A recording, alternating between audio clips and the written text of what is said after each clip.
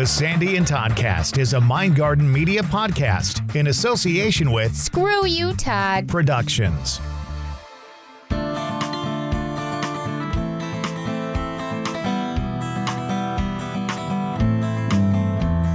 Getting close to the end of the season, it's another edition of the Sandy and Toddcast. Hi, Sandy. Hi, Todd. You're kind of making it sound sad we're getting close to the end, but really, where one thing ends, the next thing begins, because we're almost ready to go into, believe it or not, season 4. Season 4 right around the corner, but first, it is the holidays when we're recording this, and it's time to talk about holiday memories, holiday funny stories, things we remember, things we wish we didn't remember, all that kind of stuff. You said it. Things sometimes we wish we didn't remember. But you can't get rid of it. You can't get rid of it. You can't undo it. Season 3, Episode 15, Holiday Hodgepodge on the Sandy and Toddcast. It's next.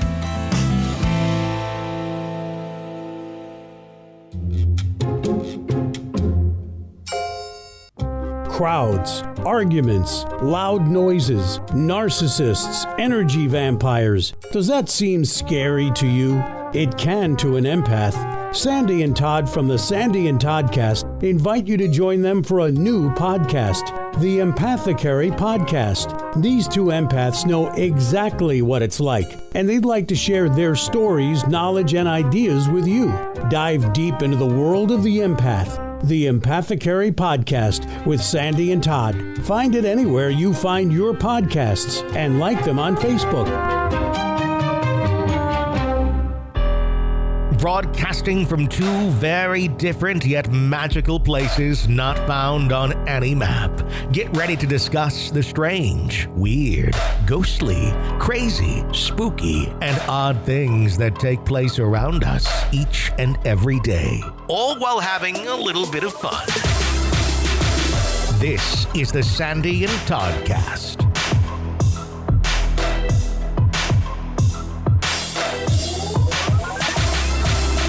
It's Sandy, it's Todd, it is the Sandy and Toddcast, and here we are with Holiday Hodgepodge. Holiday Hodgepodge. I like that. I'm so intelligent. I came up with that one all on my own. I'm actually kind of impressed with you because normally the kind of cool ones I have to come up with, but you got this one.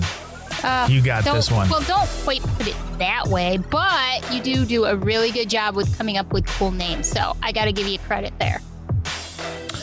Let's see. So we talked this week. We were going to talk about something else, and then at the last minute, we had to change our plan, which is absolutely fine. And we decided to talk about Christmas memories and things we remember about family, and we started talking about food, and we started talking about a bunch of stuff. But I'll tell you what, we had a lot of listeners get involved. Yeah. Listener interaction was very high, and I think it is that time of year when people kind of, remember the gifts, remember the family get-togethers, and it's nice to reminisce. It's a very sentimental time of year. It's the end of the year. It's the holiday season. Regardless of what holiday you celebrate, there's always going to be memories. And yeah, some you kind of wish you could undo, but then there are others that are really, really nice. And it doesn't matter what context they're in. It's just the time of year that people start thinking about these things. We had a really good time with this. Some really funny stories coming. Yeah. And I know some of mine were dealing with my mom's cooking, which, was not very good. And you're going to hear about that in a little bit. I was telling Dave about that. We were kind of laughing. And I'll share a story after we listen to the live cast audio about one of the stories that you told. All right. So one of the things we really didn't discuss, I want to discuss holiday movies. I want you to come up with 2 of your favorite and then 2 of your favorite holiday songs. So if you had to choose movies, what are your 2 favorite holiday movies? I would have to say that my 2 favorite holiday movies are White Christmas with Bing Crosby. And who else was in that? Danny Kaye. I'm trying to think. Danny Kaye. Danny Kaye. Because I loved Danny Kaye as a kid. Now I'm really showing my age. But when I was a kid, Danny Kaye was like super cool. Yep. And I always thought he was really entertaining.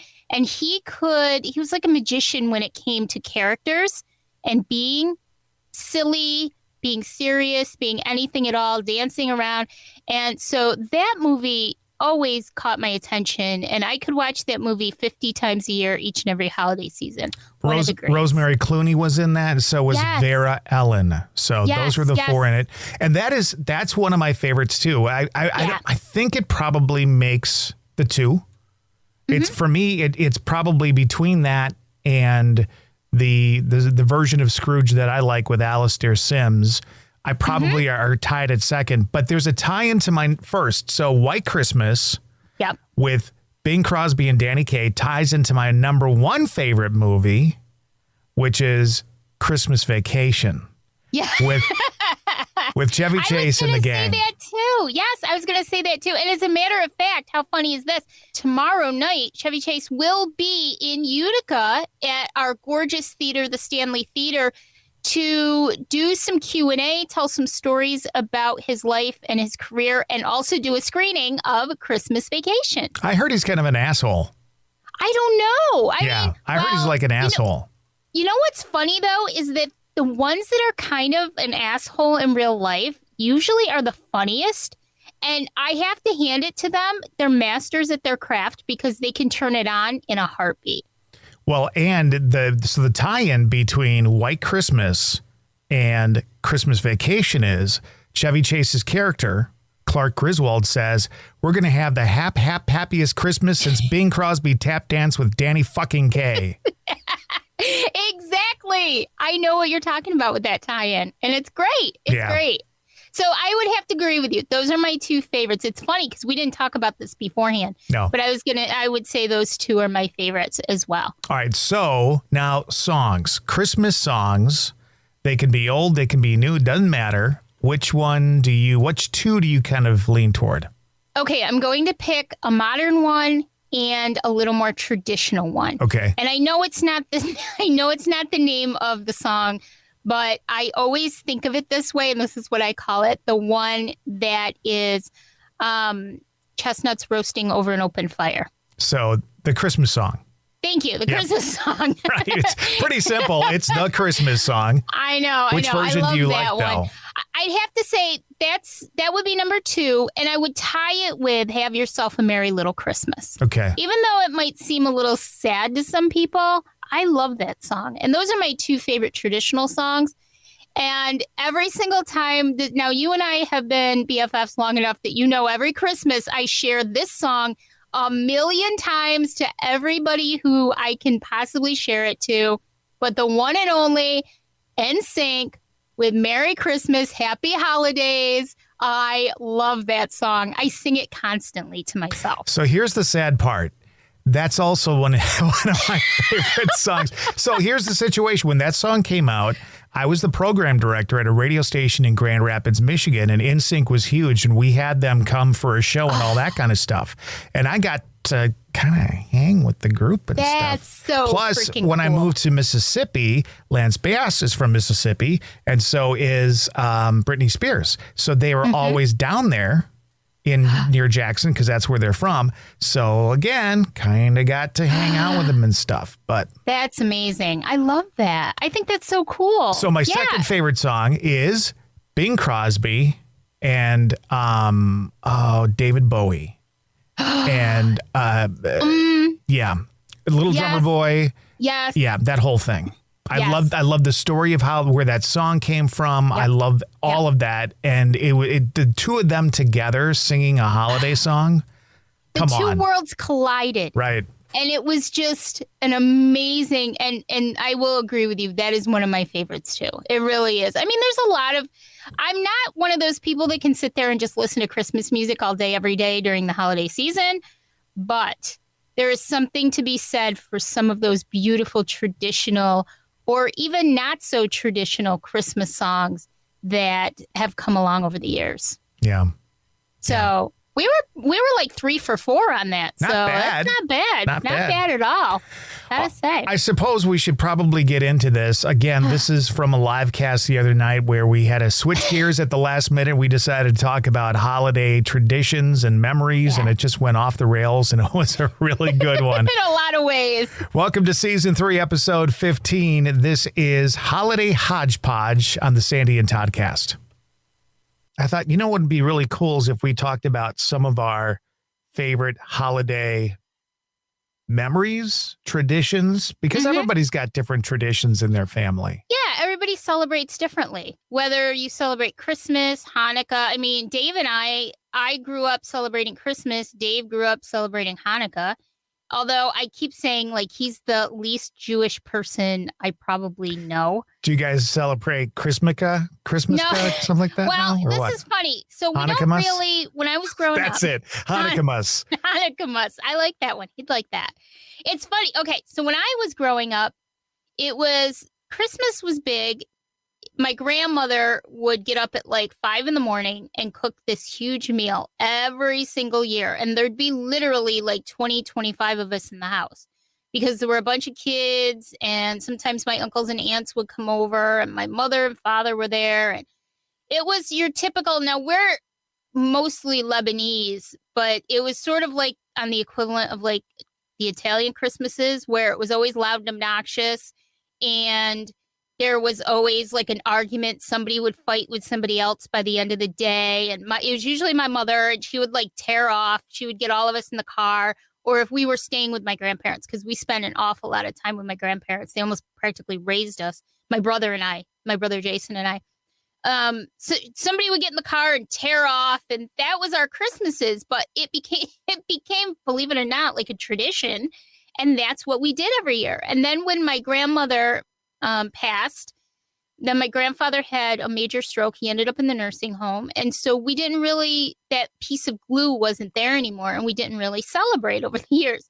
So Christmas, even though it still means a lot to me, has sort of evolved over the years. And of course, I marry a Jewish man who grew up in a household that was Jewish, but they didn't go to temple and all that kind of stuff. So, he knows a lot of the traditions and a lot of things. We have a menorah in the house that we light. We put it in the window every year and everything. I tried to get him to get me 8 gifts when we first started dating. Of course you did. That went totally over. Yeah, that just, never mind. That didn't happen.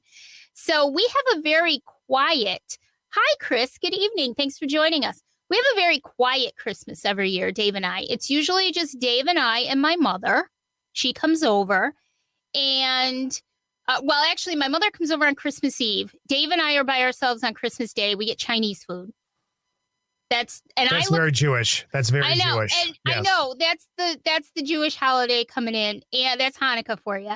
And I look forward to it every year because being diabetic, I don't get to eat Chinese food except for on Christmas Day. That's when I allow myself to have Chinese food every year that I don't make myself. I make my own, but I know what ingredients are in it. So that's my tradition every year. And as for gifts, we started out, I would say the first probably 13 years we were together, we would get each other Christmas gifts. But what do you get for each other after you've been together that long that isn't stupid or, just little things? Because we fortunately we're not rich by any means, but we're comfortable. So we make enough money that if we want something, we just can buy it. So it's not like that big anticipation of something each year. So what we do is we just make a choice every year and we go either on a trip in December. We'll go away for like 5 days somewhere warm, or we will buy something. Like one year we bought a new TV, like one of the big, 55, 60-inch things. We bought one of those for the living room.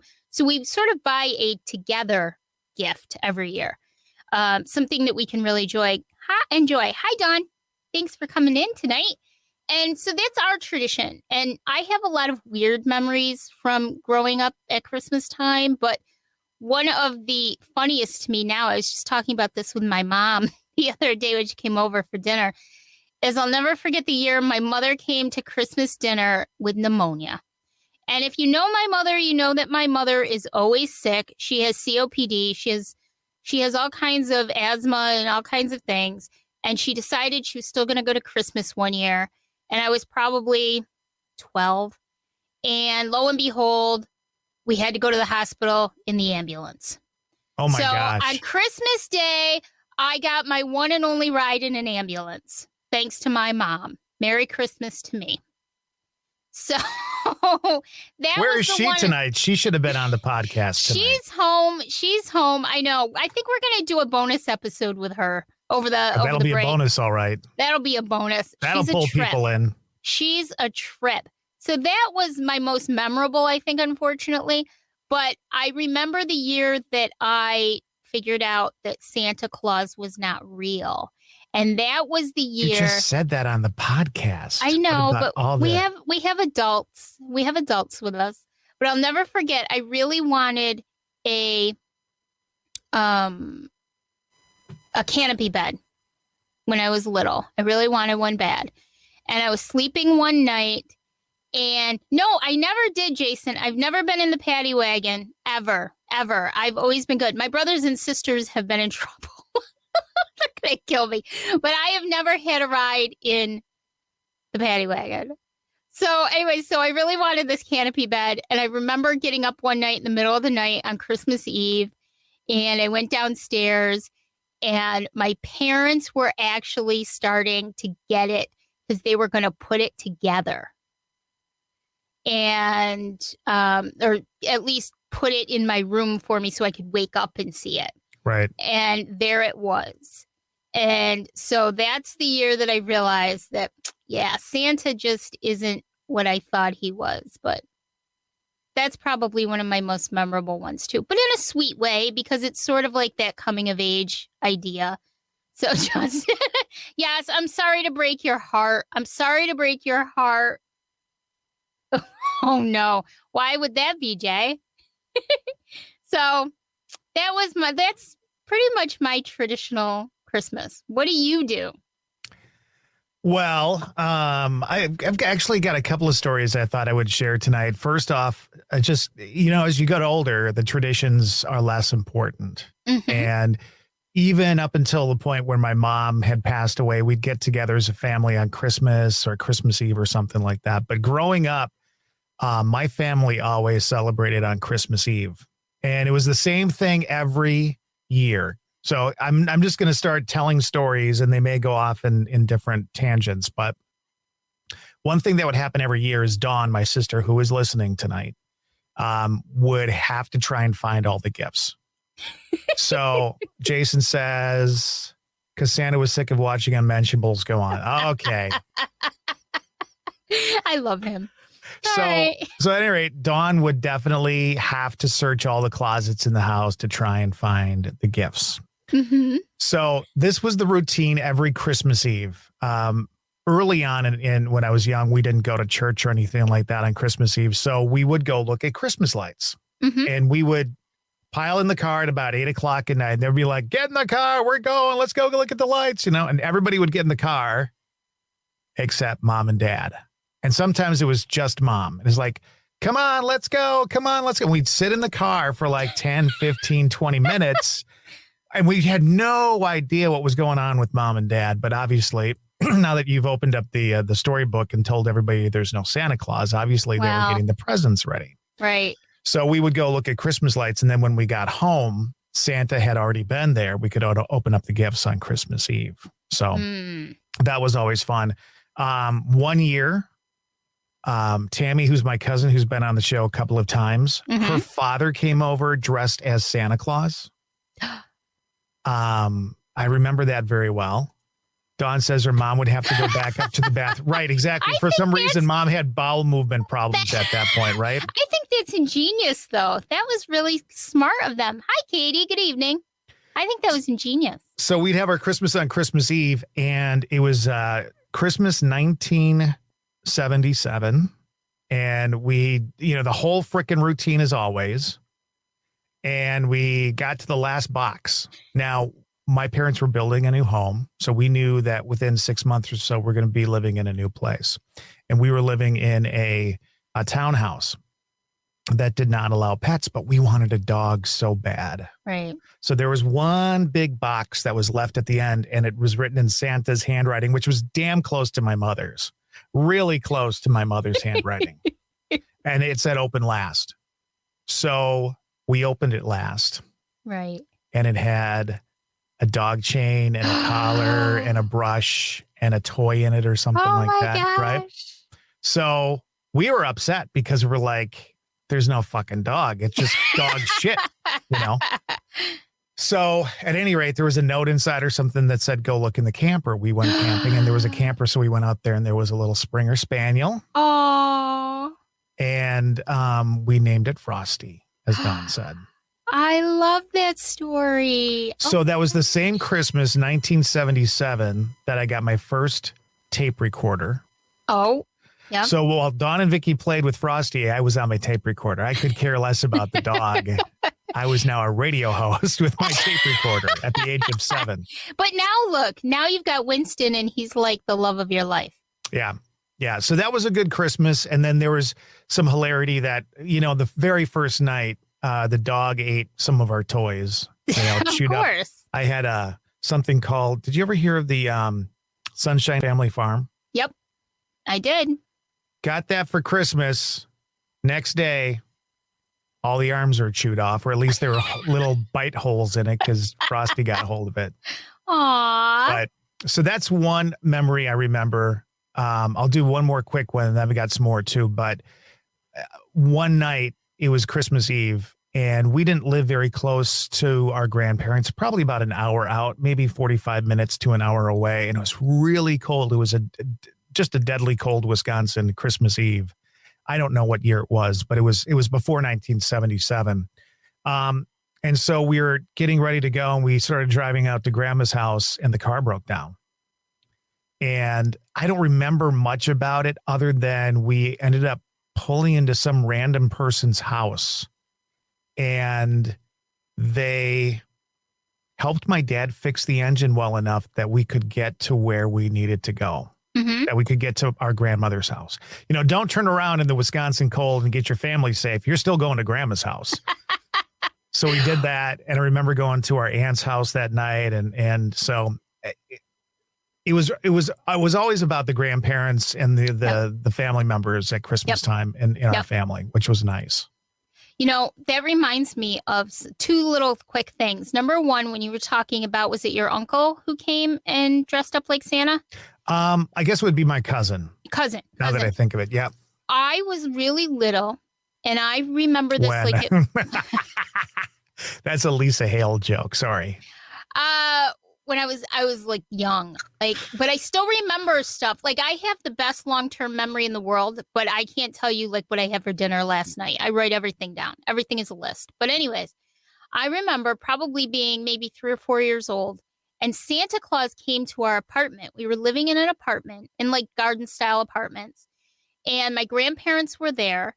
And probably it was just my brother Jason. Maybe my sister Heather was a baby at the time, because I was probably 3 or 4.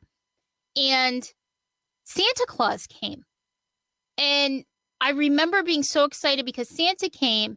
And as I got older, I would ask my parents about it. And this is actually kind of sweet. To this day, they will tell me that they had no idea who it was. That they didn't ask anybody to come and do it. They didn't pay anybody to come and be Santa Claus for me. Great. Some bum on the street just showing up at I know, right? Sandy's house. Showing up at quote somebody's unquote house. little Sandy's house. Little Sandy's house. And and so I was actually really cute when I was little. I was tiny when I was little. And so to this day, they will not divulge what they did. And I mean, we kind of guess, but they won't say it, which I think is very cute and very funny considering. So that's one story. And then the other one is about maybe they just don't remember.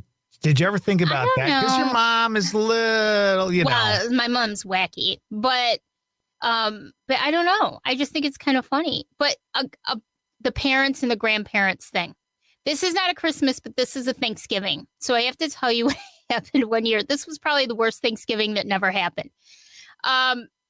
We lived about 40 minutes away from my grandparents at one point in my life. I was, I think, around maybe 10, 11 at the time. And we were going down on Thanksgiving, and like Wisconsin, New York, central New York in November can be, you'd never know what you're going to get. You could get a 60-degree day, but you could also get a 20-degree day. And it just happened to be sleeting and freezing rain on this Thanksgiving. And my mother was driving us down. My father didn't go. It was just us. My mother was driving us down there, and we were coming around the bend of this back road because living in the country, everything's a back road. We were taking a back road, and this man was backing out of his driveway, and his house was up on a little bit of a hill, an incline. And he was backing out, and there was just enough ice that by the time he saw us coming around the curve, he couldn't stop. So I was in the front seat of the car next to my mother, and he came down, sliding down, and he T-boned us on my side. And we flew over, we slid and then flew down into the ditch on our side. And they had to come and get us out and blah, blah, blah, and all that stuff. And needless to say, we didn't make it to my grandparents' house that day. But I will say this, that was so traumatic for me that for many years, I didn't even want to drive. It scared me to be in a car. I thought you were going to say you didn't want to celebrate Thanksgiving after that. No, because, Little Sandy. Yeah, little Sandy, but it really scared me to drive. I didn't get my driver's license until later in my, when I was into my adult years, I finally got my license. But it was because of that. So that's probably like the worst Thanksgiving I ever had. But I have a lot of nice memories too. If you're tuning in tonight, thanks for tuning in. Our guest that was planned for tonight, Aaron Mazza, was not able to make it to the podcast tonight. He was going to talk about holiday traditions, not from the Christian standpoint, but more from the pagan standpoint, and then how that kind of transmuted into Christian celebrations and things like that. We're sorry he couldn't be here tonight. We apologize for that. But instead, we're talking about our family traditions at Christmas. And if you've got some to share, Jason shared one. He says, I remember getting a glowworm for Christmas that I really wanted. Then my uncle touched it after eating shrimp, and I was in tears because he touched it with his shrimp fingers and made it smell gross. I love that story. I may just I don't know. I love that story. That's great.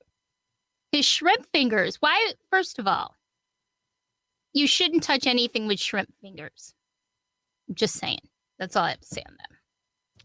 I'll make a slide that says that. Yeah, don't touch anything with shrimp fingers. One more Christmas story from my family, and that was one of the last ones with my mom. It was kind of a special one, to be honest with you, because we found out in 2017 during the holiday season that my mom, who had lung cancer, her cancer had spread to her brain. And it was kind of a long process of finding out that she was not doing well and getting together to decorate cookies for the holiday season. And her actions were as though she had had a stroke, but then finding out it was actually cancer that had spread to her brain. And, the process of getting her to the point where she could get back home again. Right. And she was able to get back home for her last Christmas. And it was special because my sister was able to come home and be there for that last Christmas. And then literally within a couple of weeks, she passed away. So for me, that was a very special Christmas, very sad. And really, in my mind, kind of the end of our traditional family Christmases. Again, as you grow up, things change. Yeah. We weren't getting together necessarily on Christmas Eve anymore to open gifts, but we were getting together on Christmas Day. And there usually was some sort of big meal and blah, blah, blah. And it was always at my mom and dad's house. We tried to kind of converge there as a way to, quote unquote, come home once a year or whatever. And so when that's gone, things change and the holidays have a very different meaning, Yeah. It's interesting how, there is usually that one or two people, one person usually who's like the glue. Yeah, I think my mom was that. I think my mom was that. Without a doubt, my grandmother was the glue for that. And, then when she was gone, she died in 91. I was 20 when she passed. And she really was the glue. And when you lose that, it throws the whole dynamic off. And as much as things may be, I guess, annoying at times. There's always the fight at the end of the Christmas day and, all that kind of stuff. For me, it really threw it off because that's what you come to know. It's almost with love. Somebody's going to get mad at somebody. It's sort of like the Lebanese/Italian type of thing. Somebody's going to get mad at somebody. Somebody's going to be talking with their hands. And remember, your mom's family's from the mob. You're just lucky somebody didn't have piano wire wrapped around their neck or something like that. Wait until I'm going to have to ask her if we ever had Turk over. Because Turk would have been my grandfather's, actually, on my grandfather's side. And my grandfather used to spend a lot of time with my aunts and uncles and all over in that part of town, that part of Utica. So I'm kind of curious. I even have a nun in my family. My Aunt Helen, who her nun name, I don't know if that's the official word of it. No, it is. Nun name is the one, yes. Nun name is correct. Her name is Sister Laurenita. She's like in her 90s now. I haven't seen her in years. But you should go visit her. We did one year. Wait till you hear this one. So my uncle and his ex-wife wanted to go to see my Aunt Helen. And, of course, we always called her Aunt Helen. She was not Sister Laurenita. And she got that because she used, I'm not sure where the Nita comes from, but the Lauren was after, she took my grandfather's name, which was Lawrence.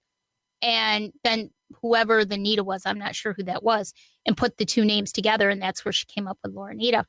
But he says, let's go out. It's January. Let's go out to Niagara Falls, to Buffalo, and visit business.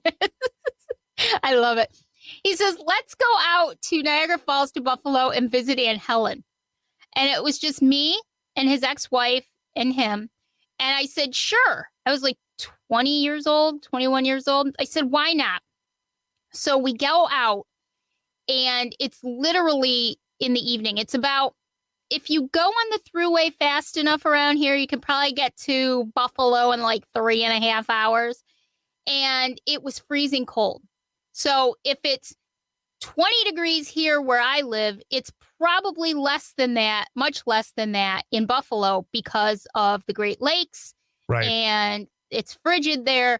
And so we get there and we go and we surprise my aunt and we go pick her up. Now, this was 30 years ago. We go pick her up and she wants to go to Niagara Falls. So we said, okay. So by that time, she's a little bit senile. She's getting a little bit senile. She gives us the wrong directions. Long story short, I had never been to Niagara Falls in my life. My uncle didn't know where he was going. Nobody knew. She was supposed to know where we were going. We ended up on a sidewalk, literally driving on a sidewalk from her bad directions on how to go to see the falls. And there's people walking on the sidewalk because, of course, in Buffalo, it doesn't matter if it's minus 10 degrees. You're used to it. You walk. Does anybody hear a problem with the story? Why would you listen to a nun? Why would you get directions from a nun? Well, she probably doesn't drive. No, she doesn't. We learned our lesson. We did not listen to her again for anything, but we did get to see the falls. And it was actually beautiful because if you go to Niagara Falls in the wintertime, it's because of the water coming over. There's little islands at the top of the falls. And they have trees and foliage on them and stuff. And they actually get frozen. They get turned to ice because if it's windy, the water freezes onto the trees and stuff. And it's actually absolutely gorgeous. I know that most people like to go in the summer, but if you go in the wintertime, it's just absolutely beautiful. Unfortunately, I've been there twice, and both times were in the winter. I'd like to go in the warm weather at some point in my life. But it was actually beautiful. But that's my nun story. Sister Mary Frances story there. Chris says she has 4 brothers, and Christmas Eve was about ice cream and cookie cutout treats. Love that. Oh. She also says that her mom passed away too, and they light a candle for her each year. That's sweet. That's wonderful. Lisa says there was a Christmas my sister Heather was 4. Mom and grandma took her for Christmas shopping. I knew everything I got that year because Heather was. I hope you didn't want a book about a horse because you didn't get it. I hope you didn't want a Barbie head because you didn't get it. She knew everything. Very anticlimactic. Lisa's got some of the best stories. That's great. Betsy says she has a brother who got a tape recorder for Christmas. Told him to put it in the kitchen to record her parents, aunts, and uncles. We had a big Irish Catholic family, and the adults always were in there having cocktails before Christmas dinner. As the kids, we learned some dirty jokes. I love that. I love fantastic. that. My family did that too, where the parents would play cards and they would be so loud. Yes.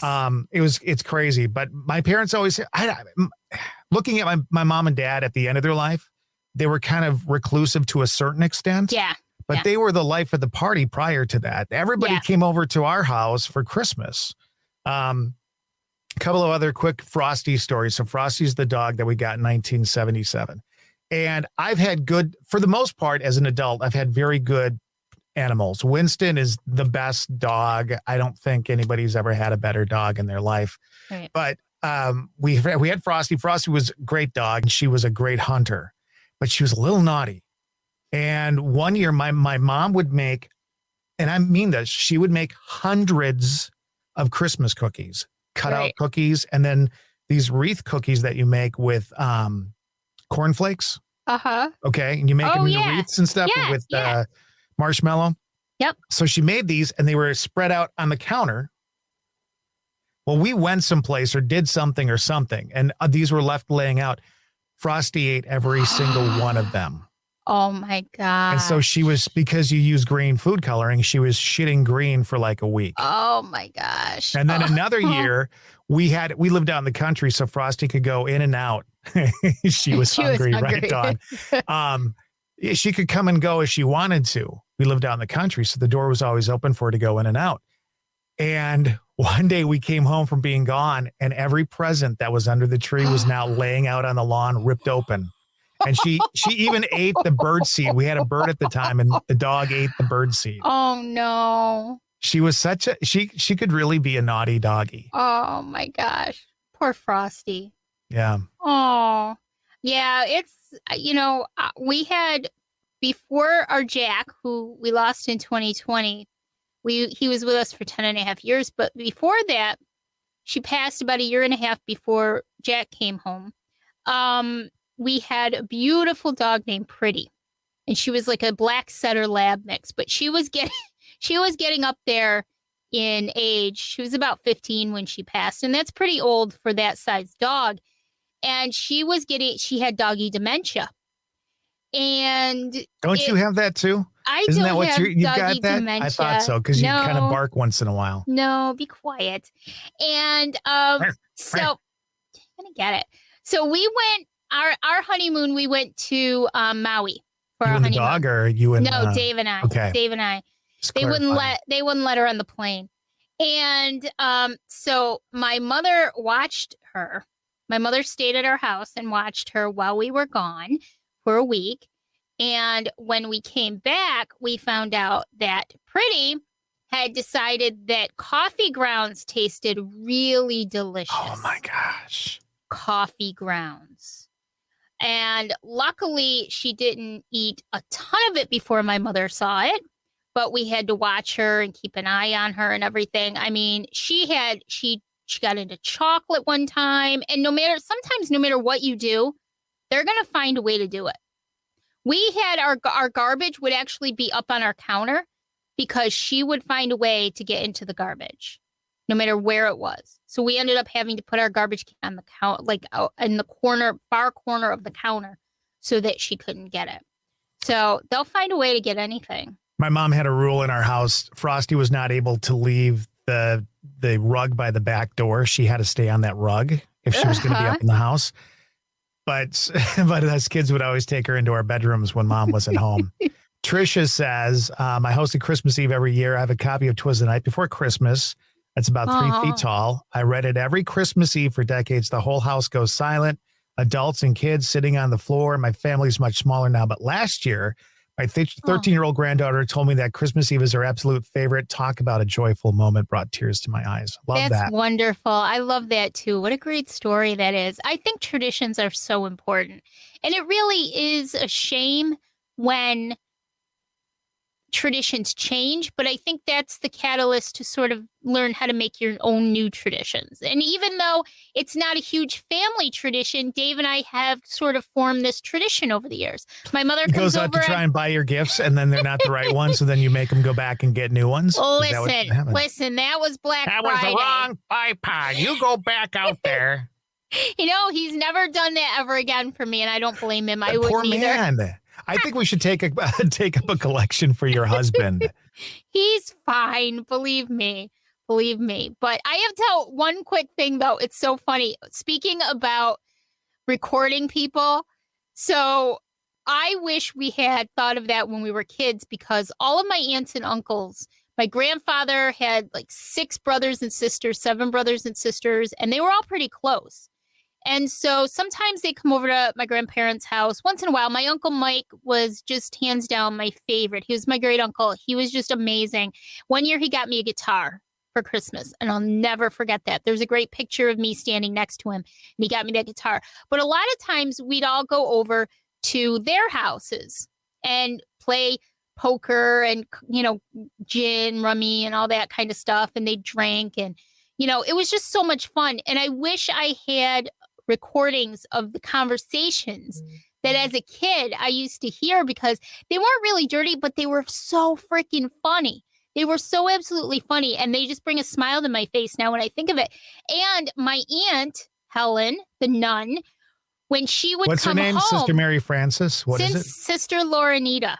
And when she would come home from Buffalo to visit on the holidays, they'd all get together and play cards. And I'm telling you, my Aunt Helen was a smoker and a drinker, and she was probably the least nunny person I have ever met in my life. But she was great. And she's given, I have a picture. I'll have to see if I can find the picture and show you guys. She is probably in her 90s now. So she's been a nun, a retired nun now, but for over like 70 years. And I remember going to her apartment in Buffalo, and they truly do live extremely minimalist, like extremely. She had a little twin size bed that was up against a wall. It was like one of those one room apartments that she would stay in. There was like a little kitchenette and the bed, and it was just bare. But again, you guys took her word for how to get to the Niagara Falls. Never again. It was like some kind of goat bridge or what, I don't know what they call it. And we were like, we can't go over that bridge. She's like, just go over that bridge. But it was really a footbridge. I don't know how it didn't break. And then we ended up on the sidewalk, and there's these benches that sit in front of the big railings in front of the falls, and people can sit there and watch the falls. And literally, we're driving past them. There's people sitting on them, and we're driving past them, and we were just trying to get out of there. Oh, my God. It was a nightmare. But it was a funny memory now that I tell the story and think about it. It's been Justin years. got a popple for Christmas. Anybody remember what a popple is? Popple. It sounds familiar. Do you remember kabangers or kabangers? Whatever they're called. Yeah. Yes, those were cool. They were great until you knocked yourself out with them. Oh, my God. I can't tell you how many times I literally hurt myself with those things. Lawn but they jarts? were fun. Lawn jarts? I mean, yes. killing people at the summer family picnic. Nothing wrong with that. You know what? Sometimes we played a lot of bocce ball. Because even though we were Lebanese and Italian is very close. So, like, it is. My uncles. I'm going to get a T-shirt that says that for you. Lebanese and Italian is pretty close. Well, a lot of my Lebanese aunts would be married to Italian men. So we'd get my Italian uncles who would come over, and they'd play bocce ball in the backyard. And so you grow up or we go to my uncle Nicky and Aunt Joni. They lived in Rome, the city next to us. And we go over to their house for cookouts, and we'd play bocce ball, and you kind of learn how to play bocce ball. I haven't played since I was probably 10, but those were just the kind of things that we used to do. We'd play bocce ball. So, but we would kind of harm each other. The kids would, because we'd end up throwing them instead of rolling them the way, doing the things we were supposed to be doing. So a lot of injury going on. kind of a cool story. We would go to various family members and stuff like that during those couple of days. And I remember we'd always go to my cousin's house, and mom and dad were there. And again, like you said, everybody would get together. There'd be some drinking, and people there was just constant laughter. And for whatever reason, I mean, we were lucky as kids that our family had a good. I'm trying to see if I can do this. That's working out great. I know. I can't see it. I'm trying to. I can't believe I can't get anything. Back it up a little bit. Back. There you go. A little bit more. No. See, it's too bright. Yeah. Oh, there we go. There, I'm very close now. That's a popple. Good there you go. God. There you go. How old is he? Like 16 now or something? Justin? Yeah, well, that just doesn't look like anything that would have been out when I was younger. I don't know. Justin doesn't look as old as we are. Justin, how old are you? Justin, how old are you? That will explain a lot. First time. So at any rate, he's 41. 41? Well, still 10 years out of my bracket. Yeah, you are older than me. So at any rate, family's together, and my mom is telling the story about how my mom would drag my dad out fishing on the boat. Right. Dad hated fishing. And whether he would admit it or not, he went for two reasons. Number one, so he wouldn't have to listen to my mom bitch at him about it.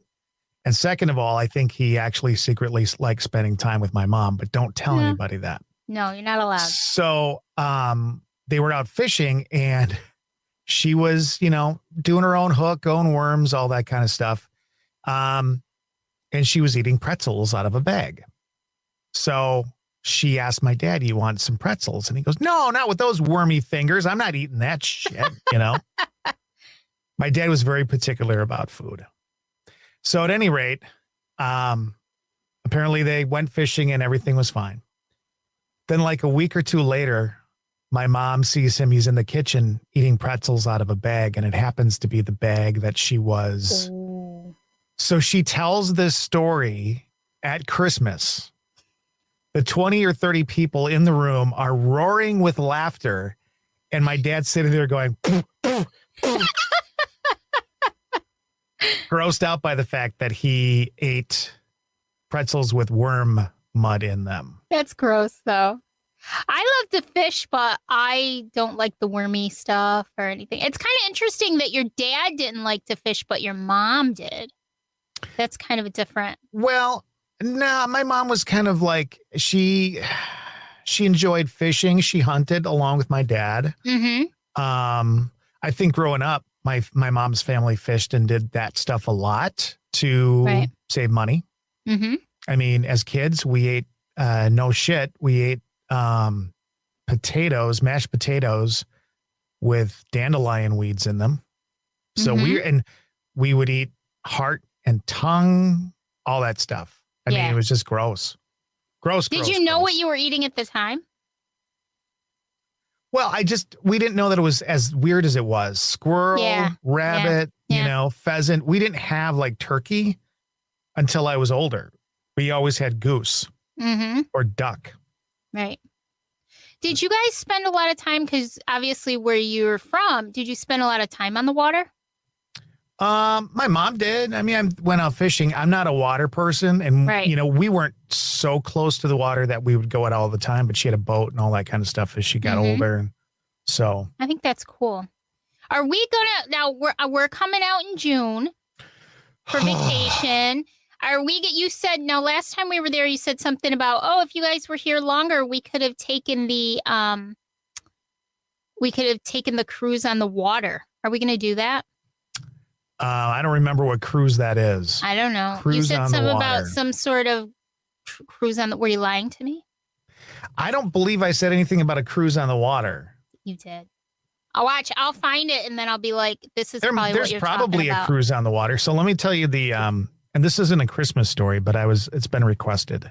I'll tell you the I see. Tomato jam story. Okay. This is a good one.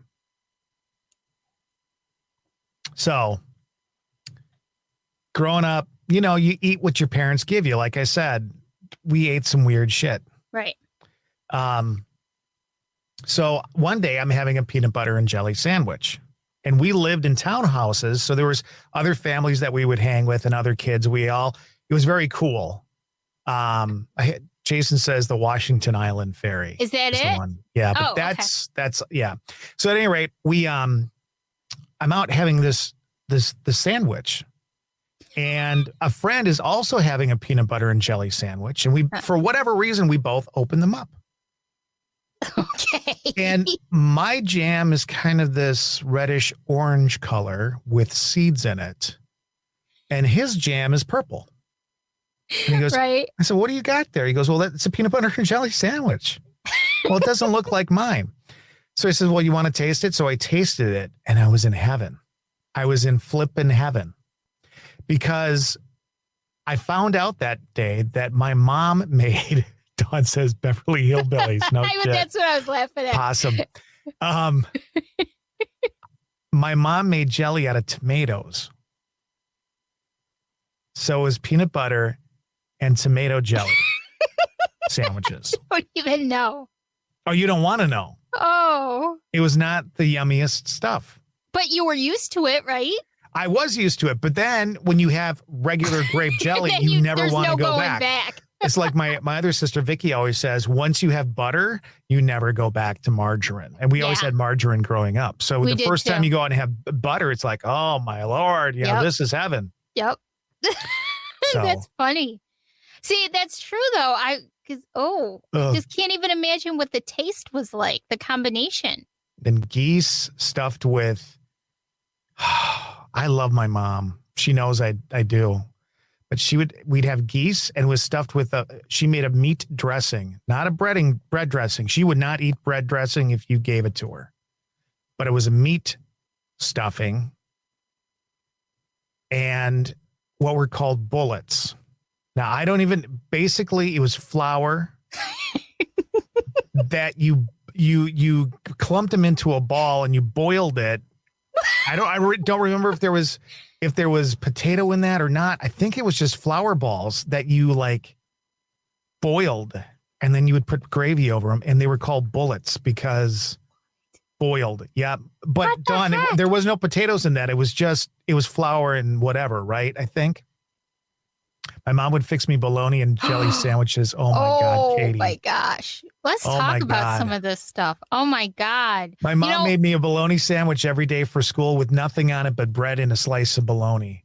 They were gummy, riced potatoes. Oh, God. So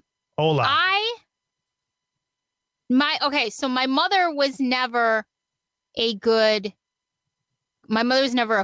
She was never a baker. She was never a cook at all.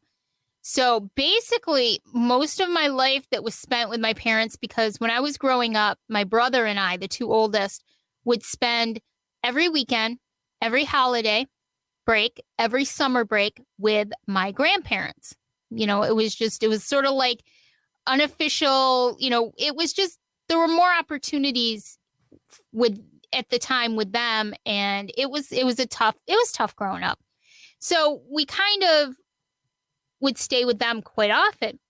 And so when we were home, my mother only made two things basically in the world: Kraft macaroni and cheese out of the box and pork chops. And I was just talking about this with her yesterday when she came over for dinner, because that's all we would eat was pork chops and macaroni and cheese out of the box. I mean, you'd sprinkle in some cream corn here and there, or things that just needed to be heated up. But we didn't have any bullets, thank goodness. We didn't have goose. But, my grandmother used Crisco all the time. Yep. My grandmother used Crisco for everything. And we used oleo. She used to call margarine oleo.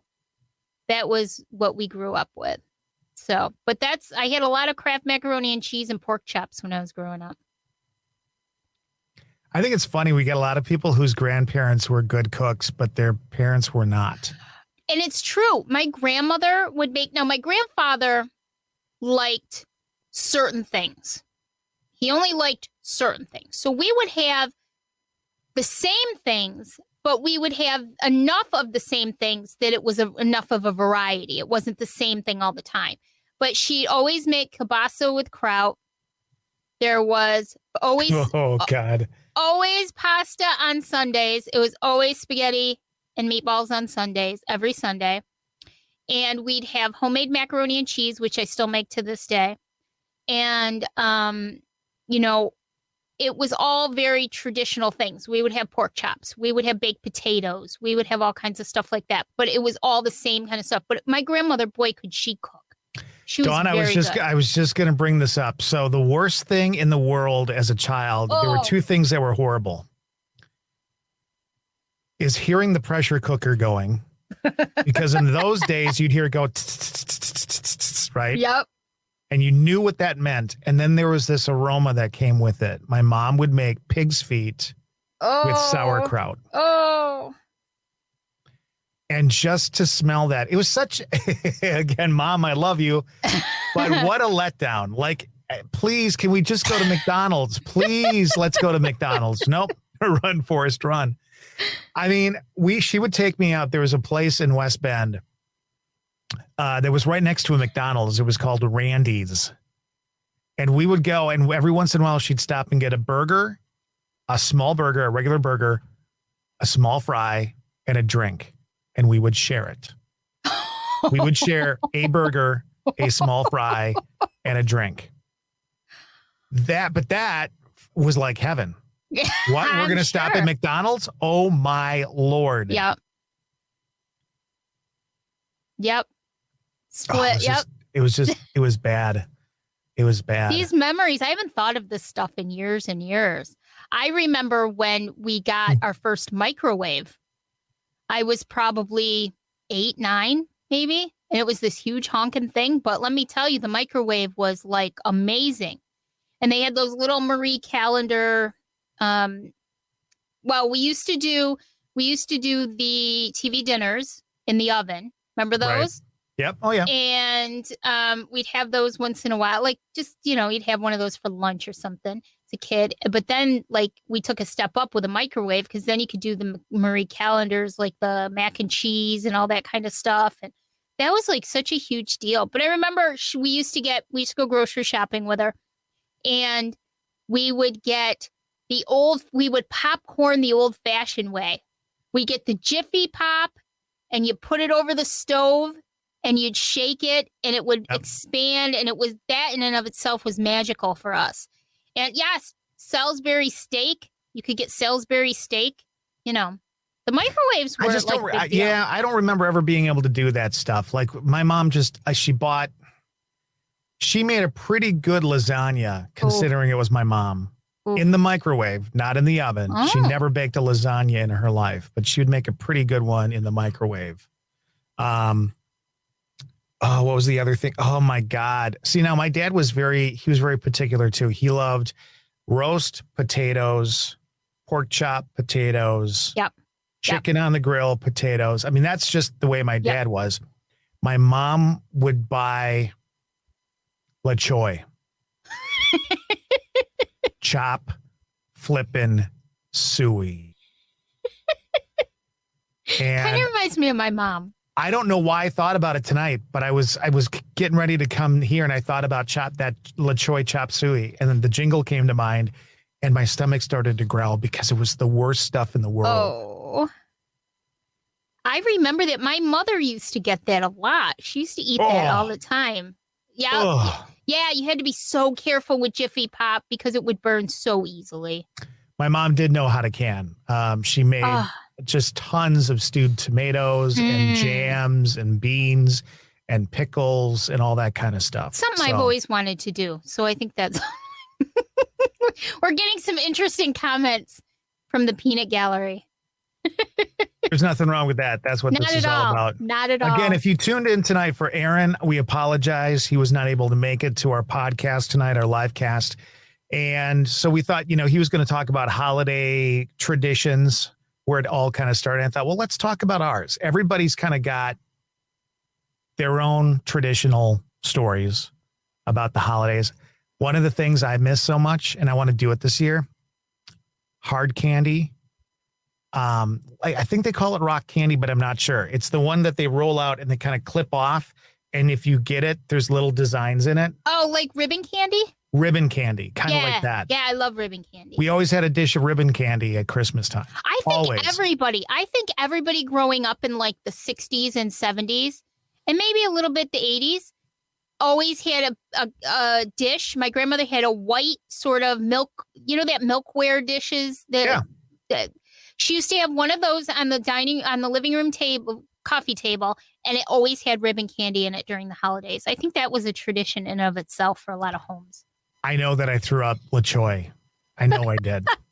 Because it tasted the same going down as it did coming up. Oh, it was awful. And the other thing my mom would do would make us eat raw sandwiches, because it's kind of a thing in Wisconsin where you eat, they call it raw dog. It's raw hamburger sandwiches for New Year's. And so we ate that a lot. I will say this, being Lebanese, growing up with a Lebanese family, and we weren't full Lebanese, but I know Lebanese is a lot like Italian. We heard it 8 times tonight. But there is a food, a Mediterranean Assyrian food called kibinaya. And kibinaya, now kibi is Mediterranean, it's Lebanese, it's everything, but kibinaya is raw. Usually it's pork. It can be pork, lamb. It can be a mixture. But it literally is seasoned raw meat. Yeah. And a lot of Lebanese people eat it. And every time we take my grandfather out to dinner, we take him, anywhere like that. We'd go, he loves Lebanese food. So we have a couple of restaurants around here. And every single time he'd get kibinaya. I wouldn't even try it. And he used to say, oh, well, people have been eating this for hundreds of years and nobody ever died from it. I said, how do you know that, Grandpa? But first of all, he loved it. And my mother will eat kibinaya. My mother usually gets kibi if we go out somewhere, or if we do Mediterranean takeout. But he just loved it. Something about, I don't know, raw meat. I couldn't eat raw meat. I can't do sushi. I don't do sushi either. I can't do it. I don't. Never. I mean, I'll have a raw. I'll have a cannibal sandwich before I have sushi. That's for sure. I just never have. Well, I don't eat fish anyway. I don't eat any fish. But yeah. So. Well, this was an interesting podcast. It was totally kind of unexpected and unplanned for, but I had a great time with it. I hope you guys did too. Just kind of reminiscing a lot of memories that I haven't thought about in years. So, and I didn't know your mom made such amazing food back in the day. God love her. She tried. Yeah. And she did. And there were some things that she was okay with. And as she got older, like when she would come to my house or go to my sister's house, I think she knew what good food tasted like. She just didn't know how to make it. That's all. But you know what? She was very innovative because a lot of the people up here where I am, hunting is huge here. Hunting is a big deal. And a lot of them, that's how they get through the winter, is by getting a deer or 2 deer or whatever it happens to be. And so that's big sustenance for them. And they use every part of the deer in some way each and every year when they go hunting. So, I mean, your mom did your thing. That's how people up here, they save a lot of money by doing that. I know. It's just, I don't eat it. I don't eat venison. When you're happy that there's fish sticks on the menu for the night and some horrible French fries and when that's good, because everything else you've had for the week is pretty gross. It's kind of scary. So yeah, I know, right? Pig's feet in the pressure cooker. I can still smell it. I can't undo that one, and that's just the memory of it. Yeah. The story of it. Oh my gosh. Oh, so I have a funny story to tell, kind of a cute story. You told the story about the tomato jam Yes. And so, ironically enough, after we were done with the live cast that night, Dave texted me from downstairs and said, where's the jelly? And I'm like, what are you talking about? And ironically, I was cleaning out the fridge and I saw this, the squeezable grape jelly. Yeah. And I had been there for a while and it still felt heavy. And I'm like, we're not eating this. I'm just going to get rid of it.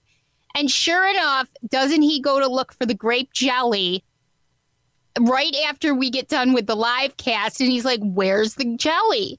And I said, I threw it out. And he was so disappointed. So disappointed. And it made me laugh because I was thinking about your tomato. And I'm like, Dave, if you had tomato jam, you wouldn't be so disappointed. And so I told him the whole story. I let him listen to the audio from our live cast and your story about the tomato jam. And yeah, so we bought new jelly last night while we were out and about. And he's a happy boy. All that over jam. I know. Jelly. It was weird, though, because we never talk about jam or jelly. And all of a sudden, it happened right after your story. So I have the power. That's why. You have some kind of power. I don't know. So we have one more episode coming up next week, an audio episode to round out season 3. Okay. Taking a few weeks off, but we will have some bonus audio episodes coming everyone's way over the next few weeks in between seasons. I just like to throw some extra bits and pieces in there for everybody to enjoy while we're having our holidays. And we will be kicking off season 4 at the beginning of 2022. Yep. Looking forward to it. I don't know what next season holds. We don't know yet. We have discussions on that. I've got some ideas.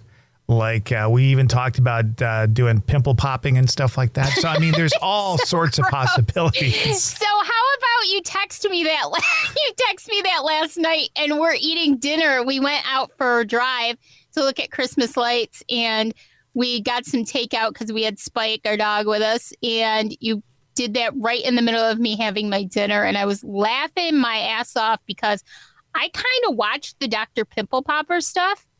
So not that I would want to have a podcast about that, but, I think listen, if pig's feet in a pressure cooker work, can you imagine what pimple poppers would do for us? So I just can't even think about that. But you know what's funny? My grandfather would have been like, oh, yeah, you should do that because you can get a lot of flavor out of that.